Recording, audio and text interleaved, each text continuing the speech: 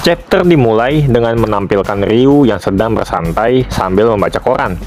Ia teringat akan perkataan masternya dahulu bahwa jika ia ingin menjadi bartender yang hebat, ia harus membaca koran di pagi hari. Seorang bartender harus punya bahan pembicaraan ringan dengan pelanggan agar suasana tetap nyaman. Jika tak punya topik besar seperti berita, cuaca pun cukup untuk memulai percakapan, karena semua orang bisa membicarakan dan memahami soal cuaca. Tapi rubrik bacaan koran Ryu justru tentang penangkapan anggota Kongres Souma terkait tindakan suap yang terungkap. Suka politik juga nih orang. Lanjut, kita mulai judul chapter ini Arrested Her. Panel lalu berpindah ke sebuah mobil di mana seorang sopir sedang memberitahu penumpang di belakangnya bahwa mobil mereka diikuti oleh 4-5 mobil di belakang mereka. Tapi si penumpang itu menyuruh sang sopir untuk mengabaikannya saja. Lalu panel pun berpindah lagi ke bar lapin. Di dalam sana, Ryu ternyata kedatangan pengunjung pria muda yang sedang membicarakan tentang seorang wanita yang ia tanyakan kabar kedatangannya kepada Ryu.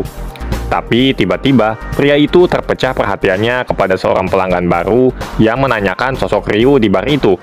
Ryu pun menyambut pelanggan itu dan sepertinya pria muda itu mengenali pelanggan yang sosoknya Om-Om Parubaya.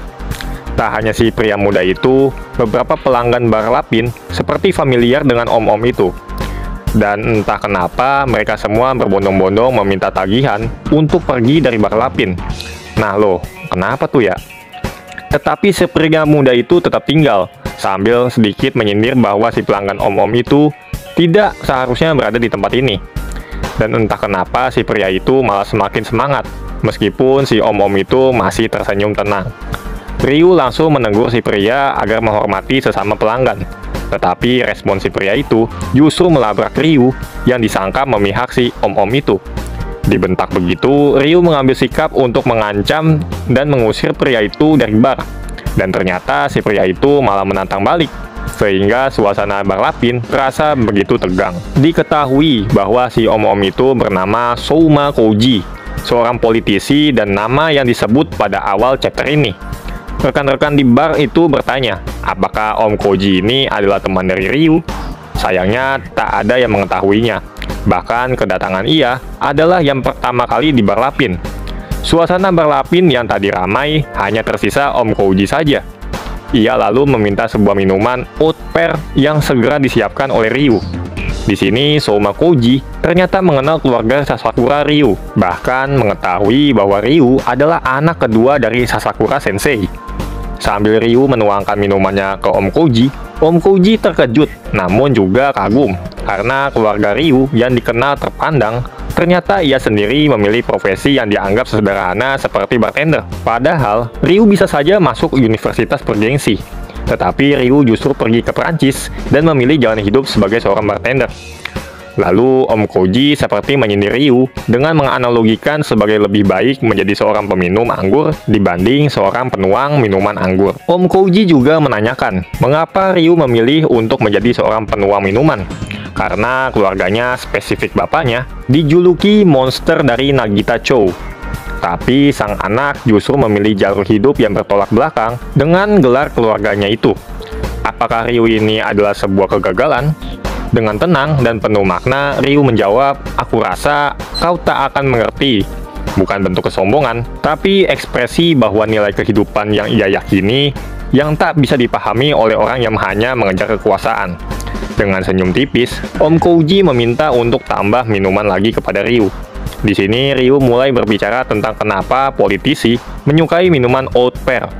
Hal ini berasal dari Iwakura Tomomi, seorang politisi yang berkunjung ke Eropa pada tahun Meiji ke-10 atau 1877.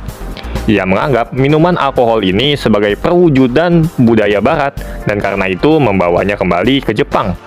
Setelah itu, kaum konservatif Jepang yang dipimpin oleh Yoshida Shigeru mulai menyukai whisky blended. Dan ada sesuatu yang unik yang dimiliki dari oat pear. Dengan beberapa sentuhan Ryu, Om Koji sedikit bingung dengan apa yang ingin Ryu tunjukkan. Ryu menjelaskan bahwa oat pear meski sering terguncang atau jatuh, tapi berdiri tegak di akhir, seperti politik yang terus bertahan meskipun diterpa skandal atau tekanan. Ini mencerminkan dinamika dalam dunia politik. Om Koji tampak mulai tersinggung dan merasa Ryu ini sedang menyindir dirinya, terutama karena ia adalah politikus keturunan, seorang yang lahir dari garis kekuasaan. Tapi Ryu dengan nada tenang dan jujur mencoba meluruskan maksudnya. Ia ingin mengatakan bahwa politik memang keras di luar, tapi lembut di dalam. Ini mah politis banget jawabannya. Om Koji mulai tersenyum karena jawaban politis dari Ryu. Sambil meneguk minumannya, sosok Souma Koji, politikus yang sebenarnya tampak keras dan arogan, mulai membuka sisi pribadinya. Dulu Om Souma ini ingin membuat sebuah hal terpenting yang tidak terlihat oleh mata. Ryu lalu menyela ucapan Om Koji dengan menebak referensi itu dari buku The Little Prince. Om Koji pun mengiyakan. Lanjut, ia mengungkapkan bahwa dulunya ia punya impian menjadi seorang penulis buku anak-anak kepada ayahnya dulu. Sayangnya, sang ayah Om Koji ini dulu mengatakan untuk menyimpan mimpinya saat sedang tidur, yang berarti menyuruhnya untuk melupakan impiannya itu. Hal itu membuat Ryu terharu. Om Koji meminta Ryu untuk menilainya, seperti apa pelanggan modelan dia ini. Di sini Ryu menjawab dengan bijak bahwa Om Koji ini adalah orang yang kehilangan arah. Ia pun termenung karena merasa malu yang awalnya berniat untuk mengejek malah berbalik menjadi situasi di mana ia justru merasa kasihan terhadap dirinya sendiri. Sambil melihat jam, Om Koji merasa waktunya sudah cukup. Ia pun meminta 1 gelas minuman lagi. Tapi kali ini Ryu yang merekomendasikan. Lalu Ryu membuat sebuah minuman dengan bahan oat pear dan krembui. Susah banget emang, maaf. Om Koji merasa asing dengan minuman krembui ini. Dijelaskan oleh Ryu, minuman ini memadukan Scotch whisky dengan madu dan rempah-rempah untuk menciptakan sensasi manis.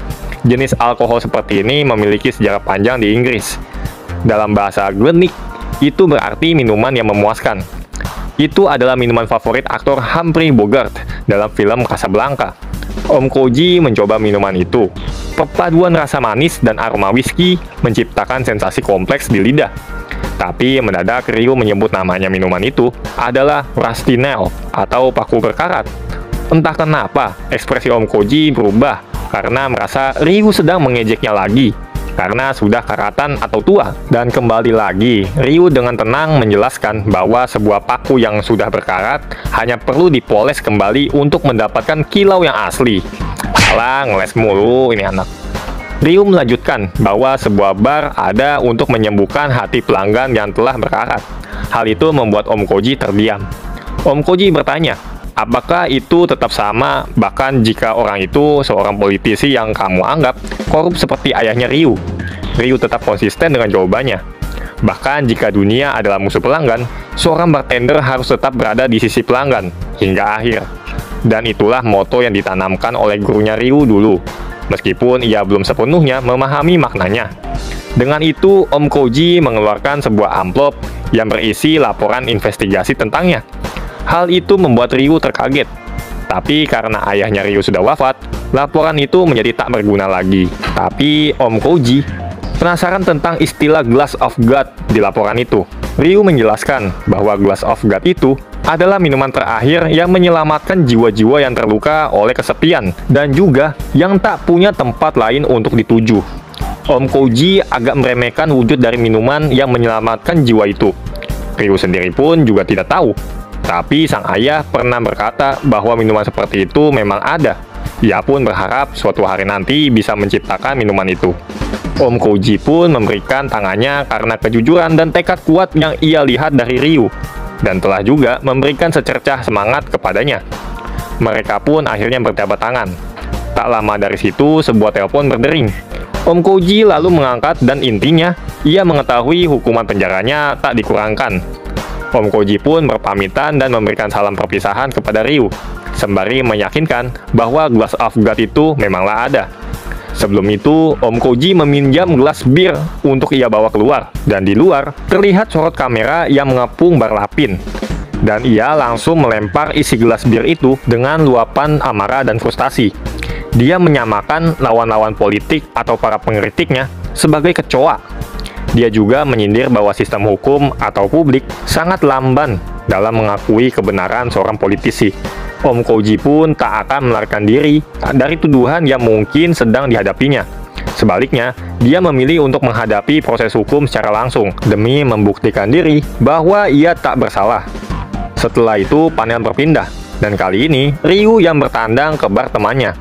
Di sini Ryu masih tak percaya ia bisa mengatakan hal yang ngebuat seorang politisi menjadi seperti itu. Lalu temannya ini menjelaskan justru orang-orang dalam profesi seperti dokter dan biksu yang sering menunjukkan keraguan diri, padahal mereka seharusnya menjadi sumber ketenangan dan bimbingan.